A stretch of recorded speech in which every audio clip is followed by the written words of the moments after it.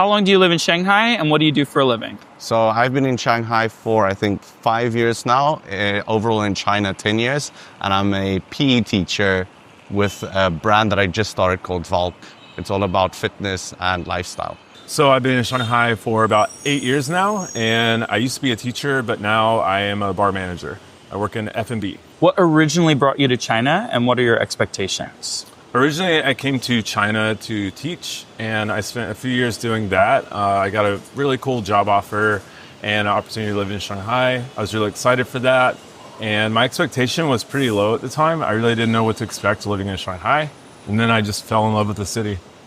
I've been in China now 29 years, and what I do for a living is manufacturing of barbecue kits and kitchenware items, all this sort of stuff. And we've got 12 factories. So it's actually really interesting, and the industry has changed over the years. How easy was it for you to get a work visa in China? To get a work visa in China at the very early days, it was quite hard as a Westerner. Nowadays, it does get a lot easier. There's a lot of agencies that can help you. I've got an A-class visa, so top maybe 1% of Westerners in Shanghai or China itself can get this. I have been living in Shanghai for 5 years, going on 6 now, and I am a teacher. Can we ask you how much you make per month? You can give us a range if you're more comfortable. Sure, I can tell you how much I make. I make between $4,500 and $5,000 a month before tax. In order to make that kind of money, would you say that it's important to speak and understand Chinese? I would say it is important and sort of necessary to speak Chinese to get that kind of money, mainly because it starts going beyond you're just a teacher in the classroom teaching in English to kids who know English or are learning English. But now you're also interacting with Chinese partners and higher-ups. And very often there will be some co-workers at that point who do not speak English. Can you share an experience in which not speaking Chinese lost you an opportunity? Yeah, definitely. When Alibaba came to Shanghai like 15 years ago, everybody there was speaking Chinese, and I was literally in the corner with my translator. She was translating to me, and I feel if I was able to speak more clearly to them and understand them, I think we would have got a better deal with our contract, and we would have still had the business today. As you've heard from our interviewees, working in a big city like Shanghai and making the big bucks as a foreigner often comes down to learning the language. And let's be honest, learning Mandarin can feel pretty intimidating. And that's where our sponsor, Preply, comes in. Right now, you can choose from over 5,500 online Chinese tutors who customize lessons to your exact goals. Whether that's mastering business Mandarin for meetings, handling daily conversations with clients, or just making your everyday life smoother in China, there's a tutor for you. What I really like about Preply is how personal and flexible it feels. You know, I've never been the type to learn by memorizing random textbook phrases. With Preply, you're practicing live with someone who corrects you on the spot, teaches natural expressions locals actually use, and builds your confidence to speak, which is the most important part of learning any language. And here is the good news. Thanks to an exclusive deal we worked out with Preply, you can now get 50% off your first lesson. Just use the link and discount code in the description and start investing in your future. Because the truth is, the more Mandarin you speak, the more doors open for you in China. All right, let's get back to the interviews. Can we ask how much you make per month here? You can give us a range if you're more comfortable. Yeah. So honestly, for an IT industry, you might get a different payment depend on your expertise, your skills. So for entry level, you can earn up to like $3,000 per month before tax. But if you are a mid-level or you are expertise, you can earn higher. For me, I am a mid-level, like I have an experience of 6 years in IT industry. So I make around 5,000 to 7,000 USD per month. When I first started, it was about $1,100 a month. And throughout my whole career here, it's just experience. And I'm now making just an average about $21,000 a month. That sounds like a lot. Would you say that that is similar to the income that you would have made in the industry back home? It is quite a lot of money, but in the industry back home, there was not a chance that would ever be made. But here you make your contacts. We do manufacture in China and export worldwide. I would be working in a different industry for sure if I was back home. Do you think it's possible to make more than that? And if so, what is your ceiling? I think it is possible to make more. I've seen a lot of people in the industry make a lot more money than this. It all depends on what you're doing, what your products are, where you're exporting. And the biggest problem is now we have different countries manufacturing. So obviously it used to be China for 30, 40 years. Now you've got Cambodia, Vietnam, Turkey, Mexico. So yeah, definitely you can make a lot more money. The upper salaries I've heard in this position that I am can go anywhere up to about $45,000 a month.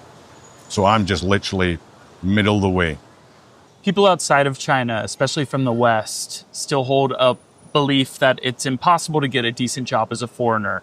Do you agree with this perception? So I do not believe it's impossible for any foreigner to get a decent job in China. I just think you have to bring something. Something that I don't have, but many people in the US do, and they don't realize it, is that they have this like really valuable US experience. So whatever company, industry you work in, if you can find your counterpart in China who's looking for you, whether that's like you're an expert in American branding and all these companies want to bring their products to the US, or you know how to, like, you work in Detroit at a car plant, then like maybe the Chinese really want to know like what's going on in the car plants, let's work with you. There's all these like very unique pieces of knowledge that Americans have that they can put together with Chinese resources and be extremely valuable. Before, you didn't see a lot of Americans or foreigners, international people working for these gigantic state-owned companies or large tech companies because they didn't exist. But now, you know, even Huawei, like I have a Canadian friend who was the head of PR for Huawei. Like, how cool is that? That like a Canadian guy is just living in the South, in Shenzhen, working for Huawei. I think these kind of jobs like didn't exist before, and Chinese companies are becoming more global. I think you can get a very decent job as a foreigner. I've met people from many different careers here that came here for that. I have friends who work in mining from back home because I'm from South Africa where, you know, mining is our thing. I have friends that work in furniture. I mean, there's many different careers here. I think it's more a matter of, are you willing to go out and look? Are you willing to actually put yourself out there rather than the opportunities are not just going to knock on your door and be like, hey, I'm here, right? It's more of a look and then you'll find it. It's like any other country. There's all different kinds of careers.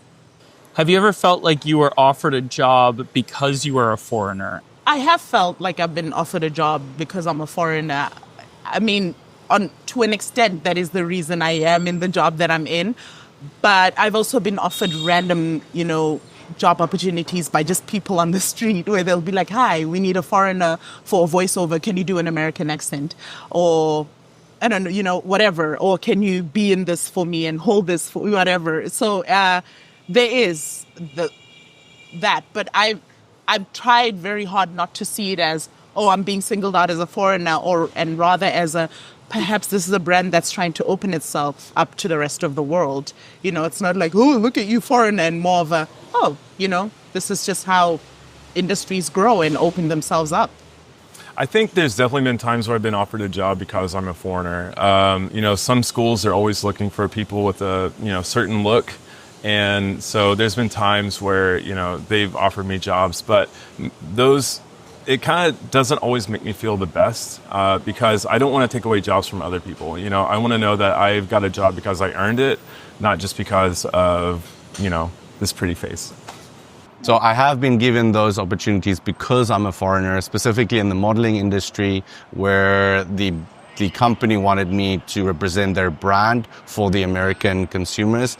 It made me feel a little bit strange, to be honest, because it was they just picked any foreigner and it just didn't sit right with my values. So I didn't really enjoy it that much. And I don't take those kinds of jobs at all, just because of how strange it also feels. Do you feel like foreigners can still climb higher in their careers, or do you feel there's a ceiling? I think foreigners can climb higher, especially if they are able to speak fluent Chinese. But generally, I would say the higher senior leadership positions are more for local for local Chinese just because they know the lay of the land, they have the connections and the relationships to earn for that company a lot more compared to maybe a foreign expat. Have you ever thought about what would happen if you lost your visa or if there were policies that changed? Of course, I've been here for 10 years and that's every year's problem for me because I never know when it can change. But that's also why I created Valk, my fitness brand, so that I have a little bit more stability should that happen. But it's all expats worry about. I think every expat that lives here is something that they're concerned about because you never know when policies will change in China. Do you feel like foreigners can still climb higher in their careers, or do you feel that there's a ceiling? I feel foreigners can still climb higher, for sure. All depends what industry you're in and where your ambitions are. You know, some guys and girls are just like happy doing their normal jobs, but there is definitely opportunity here to grow. And the ceiling, it's only restricted by yourself. Are there certain industries you feel like there's a lot more career growth available? There's a few industries that are career growth available currently is AI. Everything that's to do with AI, computer programming, is blowing up at the moment. Moving into a different career, there was definitely a time where I had no idea if I was going to be able to. I literally had my bag packed and I was just going to, buy a plane ticket to somewhere. But luckily the visa stuff worked out. But if policies change, I don't really know where I'd go. I feel like Shanghai's really become my home and I don't have a lot of desire to move back to the US or live somewhere else right now. I really do love it in Shanghai. It's the kind of city that just kind of gets a grip on you and you just fall in love with it. So there's uncertainty with the new visa because mainly I was switching careers, and China, what they expect is for you to have 2 years of work experience in the field that you're looking to go into. And so on paper, even though I'd had experience bartending and working in food and beverage in the past while in the US, on paper, all of my experience showed that my experience was in, teaching. And so there was a lot of back and forth because they only saw me here as a teacher. And so switching careers was just very difficult at first because I didn't have on paper the 2 years work experience that they expect of you. Have you ever thought about what would happen if you lost your visa or the policies for foreigners working here changed suddenly? I've thought about losing my visa, policy changing the entire time I've been here. Because one, I am at the end of the day in a country which is not my home country. And I've put stuff in place, plans and stuff in place should that happen, to fall back on. I am the breadwinner back home, so I can't not have plans. So yeah, I've started cattle farming back home because it's huge in South Africa. And because of the currency exchange, it is easier for me to buy cattle than if I was working back home. I've secured a bit of land as well to kind of really grow that. It's a bit of a long-term investment, and some goat farming as well. So really just, I've become a farmer. What about starting your own business or doing some content creation or becoming an influencer, starting your own thing? Have you given that any thought? I have given content creating and social media a huge thought because a lot of my friends say I should do it. But I don't know if I have the commitment and dedication. I think a lot of people think it is very easy to be a social media influencer person as a foreigner in China, but I don't think it is. I've seen people that have worked years before they get their big breakthrough. I think it just takes a lot of investment, time and energy. It just so happens that when it is a foreigner that blows up, it stands out. So it looks almost like it is just that easy. It's like, oh, you just have to be a foreigner and then just do something. But actually, people work really hard and really invest a lot of time and energy and money into it in order to reach the point where now we're seeing them everywhere and then we go, oh, foreigners are everywhere on social media. But I don't think it's very easy. I would need more planning and research, then I will definitely open my business. And yeah, I am influencer as well, part-time, not full-time, since I'm working as well. So whenever I get time, I do my content creation as well. I go and explore the Chinese culture, food, and have my local experience and share with my audience. This is what I do right now. So in order to connect with local audience, you have to learn the language, you have to learn the skill, and obviously persistent. You have to post your content always, learn from everything. This is how you can improve yourself. The startup that I created is in the luxury sportswear industry, as well as I'm creating kombucha, which is food and beverage. My experiences so far with the startup has been exciting just because I'm learning so many new aspects of conducting business in China. But I think there will also be a lot of challenges, especially how saturated the markets are here. So trying to break through that market is going to be extremely challenging because you have big brands like Nike, Adidas, but you also have the local Chinese brands like Li-Ning and Anta, and then you have the Taobao version of all of this. So breaking into that industry is going to be really, really hard. What are currently the biggest challenges to really growing your business in China? The biggest challenge is definitely the team. I'm building a bigger team now specifically for one sector of this industry and just trying to find the right people that are, one, qualified, two, have... This is going to be a silly thing. It's common sense, which is not very common now. Many years back, US and Scotland, this was a thing that was just there streetwise. So even for somebody now to pick up a telephone and speak to a customer on the phone, that's hard because most people are just watching the phones or at their computer desks. So actually interacting with a customer, which is super important for my industry, that's a little bit hard to find. You always get somebody that's got greatness. You just need to kind of pull out of them. Do you feel like that is a culturally specific problem or a problem across the board? I think that's a problem across the board. If you wanted to be an influencer, what would you say your advantages or disadvantages are as a foreigner? I think that your advantages are that you stick out more. You look different from the vast majority of people in China, so that can be a positive or negative thing, but at the end of the day, you are more noticeable. Negatives, I feel like being subject to certain stereotypes or, kind of like shoeboxed based on how you look or maybe even how you act. And then I would say for a lot of people, language ability. I think that unless your Chinese is really good, it can be quite hard to really relate to people here in terms of social media. So I do think that there are significant advantages to being a foreigner on the Chinese social media platforms. And even as a foreigner in China and you're posting on Instagram or TikTok or other sort of American foreign-facing audiences, you have a huge advantage because you're a very small minority in a place that's extremely interesting and not the kind of place where its stories are told openly to the whole world. I think that for the people in China that can tell the stories of China, they're in a very smart and lucky and precious position to share the stories.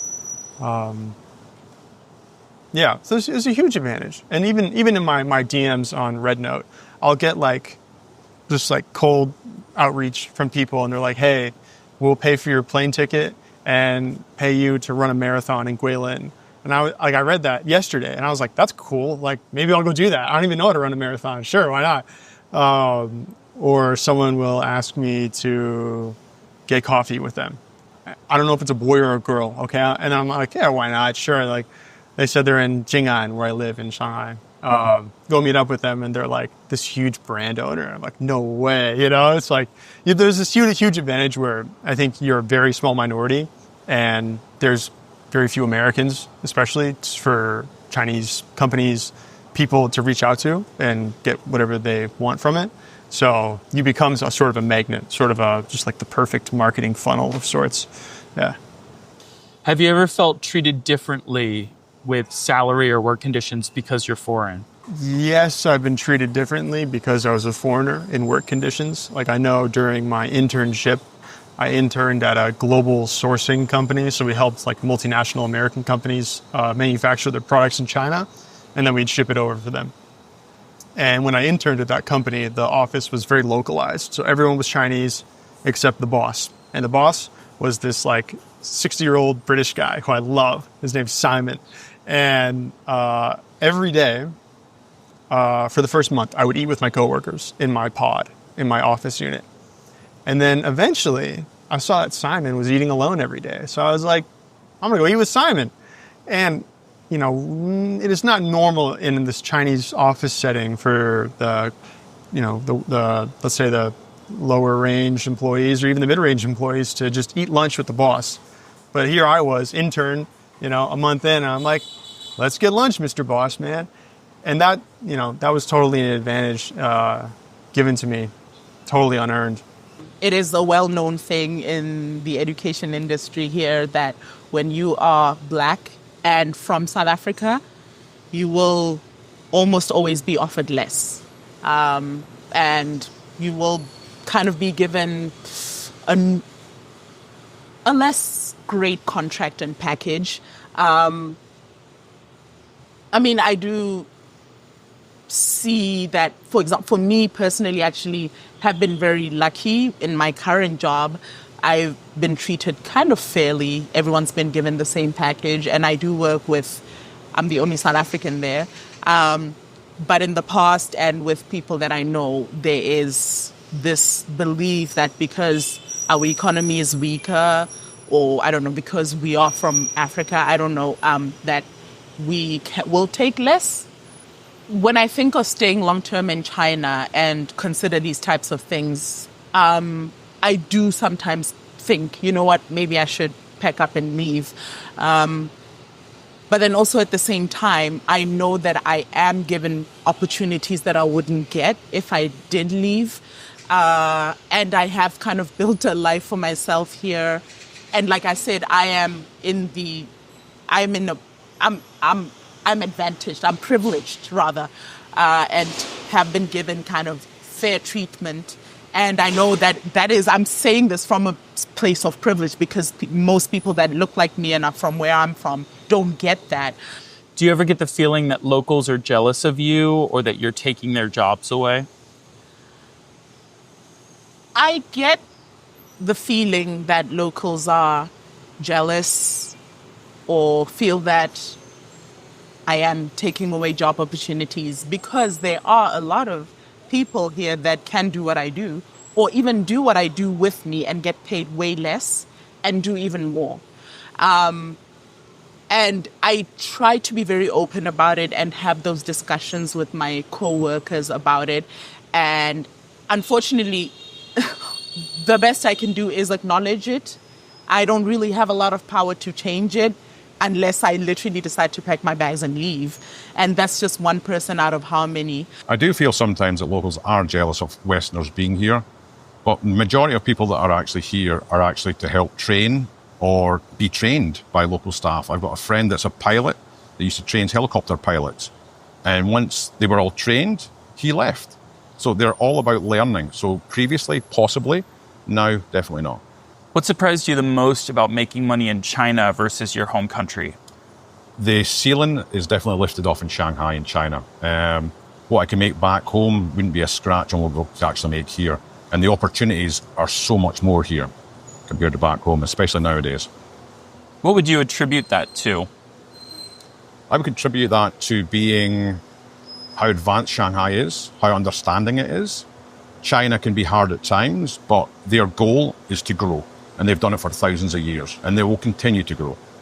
Was there anything that surprised you about making money in China compared to your home country? I think cost of living here and the amount of money that you receive in salary just goes so much further than maybe places like South Africa, Europe, or even New Zealand, because I was in New Zealand for 4 weeks, and thinking about the salary that I earn now, if I had to use it in New Zealand, I would not have been able to stretch out my salary as much as I would have compared to China. So the amount of salary goes a lot longer here, a longer way here than compared to South Africa, New Zealand, Europe, I would say, even the US.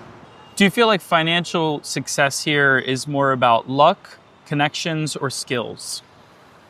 I think financial success here is definitely skill and relationships, or what they call guanxi, having those connections, because that could get you into different sectors that you might not have been able to. Luck, I think, is completely out of the question, but having the skills, expertise, and those connections, because those connections can get you into those areas that you might want to move forward in. And then also having the Chinese skills to kind of maneuver through that relationships. I would say connections and skills. Being able to put yourself out there, being able to kind of roll with the punches. I think that is a really important thing, especially in a place like China where things are constantly changing. What you thought was true a week ago might not be true this week. And being able to be flexible while maintaining and harnessing the connections that you have. I would say those are the keys to success in China. The most surprising thing about making money in China as opposed to my home country is just the amount of money you can make. It's a lot of money. I mean, the starting salary that I had in China is what a person who does what I do, like a teacher in South Africa, aims to make eventually at some point. And that was my starting salary in China. How long do you see yourself staying in China? My plan for staying in China, I would like to think that it's another 2 to 3 years.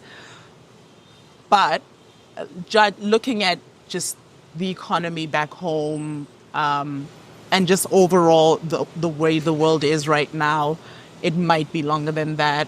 So I'm trying to be realistic about it and say probably 5 years, but ideally it would be about 2 to 3 years more. But yeah. Do you see yourself as building a long-term career here in China, or do you see it as just temporary? Yeah, I'll certainly be building a long-term career here in China. I'm 22 now. I can see myself here till I'm 40, 50. Maybe I'll make the switch to Australia one day. I probably won't go back to the US. God bless the US. Like, I want to take everything from the US that I love and bring it to China or bring it to other countries because I love it so much. But I know that I love the challenge of being in an international environment. I love the language challenge and the cultural and the food. So, if your friend back home asked for honest advice about coming to Shanghai to make money, what would you tell them? I would highly recommend it. Just again, all the opportunities. The world is your oyster here. There's so many opportunities that you can develop your skills, your career, whatever you'd like to develop. It would most probably be so beneficial for them to come here and do it. If they wanted to come, I'll tell them to just use the right channels, because there are a lot of gray channels that you can follow, but that could get you into a lot of hot water. So for me, the biggest thing is just using the right channels to get here. If it takes you a year, I would rather take that year than maybe 2 months, 3 months. Don't take the shortcuts, because you can get into a lot of trouble. I would say just come here. Like you can do all the market research. You can Google everything that you think is true about the China market, about the economy and everything like that. But you cannot beat just being here, observing it yourself, talking to people, and making the decisions in that way. Because I feel like I've said this 1,000 times, but China is constantly changing, and everything online is always going to be several years old or older. And so being able to just come here, even as a tourist, come hang out with friends that you know here or something like that, and just come see it in person and experience it yourself and analyze economic opportunities with your own eyes.